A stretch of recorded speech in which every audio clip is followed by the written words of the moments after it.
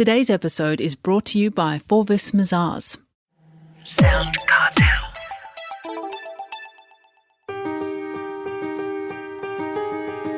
From SoundCartel, I'm Nicole Goodman, and this is Business Essentials Daily.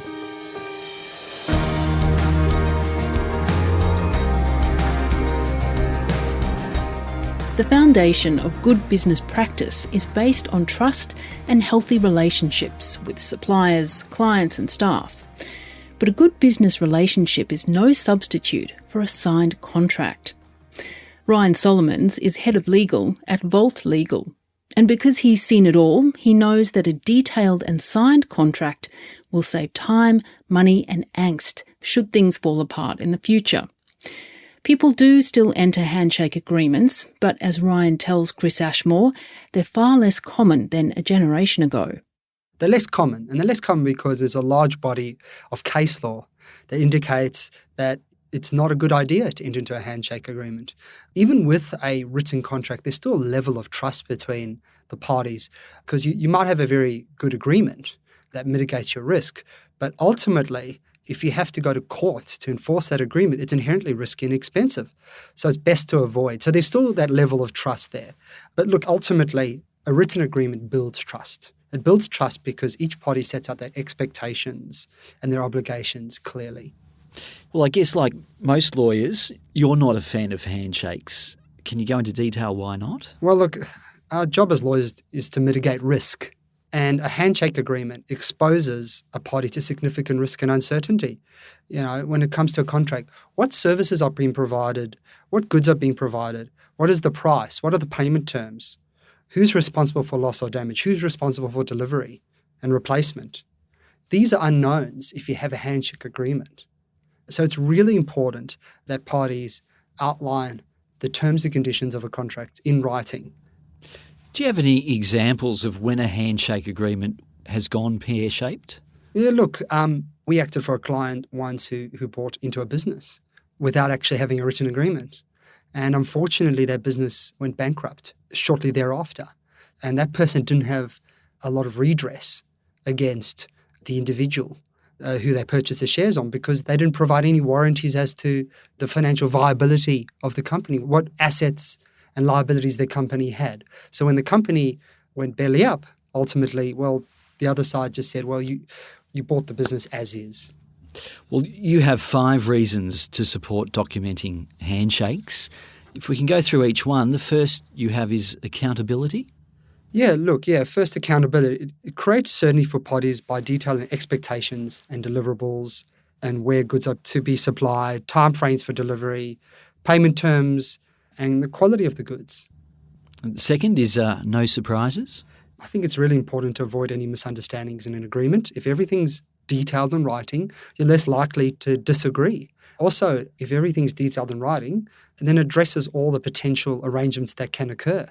And finally, if someone doesn't put something in writing, they don't agree to a written contract, that's a red flag not to enter into business with that person. Well, the third tip is enforcement. Yeah, look, as I alluded to before, it can be difficult, time-consuming and extremely costly to establish each party's rights and obligations under an oral contract. And therefore, courts are reluctant to enforce the terms of oral contracts, especially where the terms are incomplete or are unclear. You know, it comes down to a he said, she said argument. But if it's in writing, it's very clear. The evidence is there as to what the parties agreed on, the price, the payment terms, what was to be delivered, when it was to be delivered.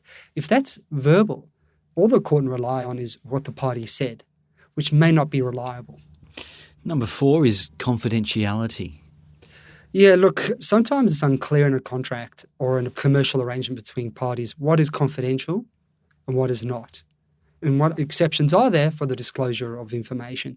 So a contract clearly sets out what information each party considers to be confidential and what circumstances they can disclose that confidential information. And the 5th reason to supporting documentation is getting out of a hairy situation. Yeah, that's right. Look, without a written contract, the only real step parties have is to go straight to litigation. But in a written contract, you can put alternative dispute resolution clauses in there that require the parties to try to resolve it through dispute resolution mediation before they're required to go to court to enforce their rights. This can be a process that is much more cost-effective than going straight to litigation. Also, it can actually salvage the parties' relationship. If you go to litigation, then any opportunity for an ongoing relationship is ultimately destroyed because it's an adversarial process, whereas alternative dispute resolution like mediation, conciliation, arbitration, they create the ability for the parties to continue to actually work together if they resolve their differences amicably. What should be the bare minimum included on a contract or even a memorandum of understanding?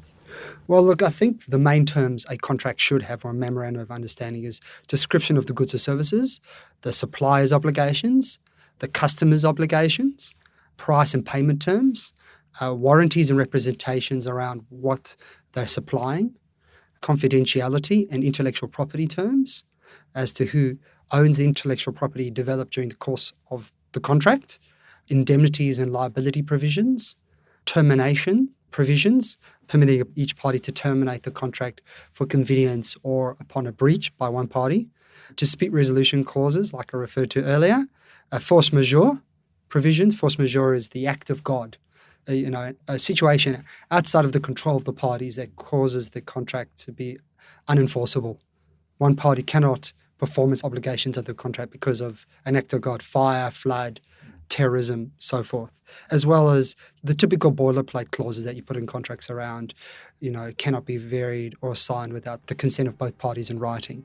These are the type of provisions that should be put as a minimum, that should be put in a contract between parties. Also, it's very important that contracts be drafted clearly, in detail, and unambiguously, so that if there is a future dispute, it can be resolved quickly and amicably because the terms are known with certainty. That was Ryan Solomons, Head of Legal at Bolt Legal.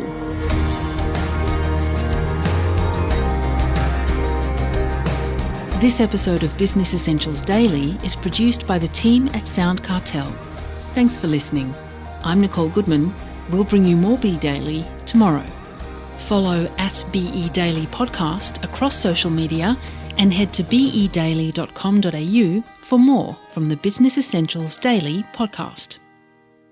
SoundCartel.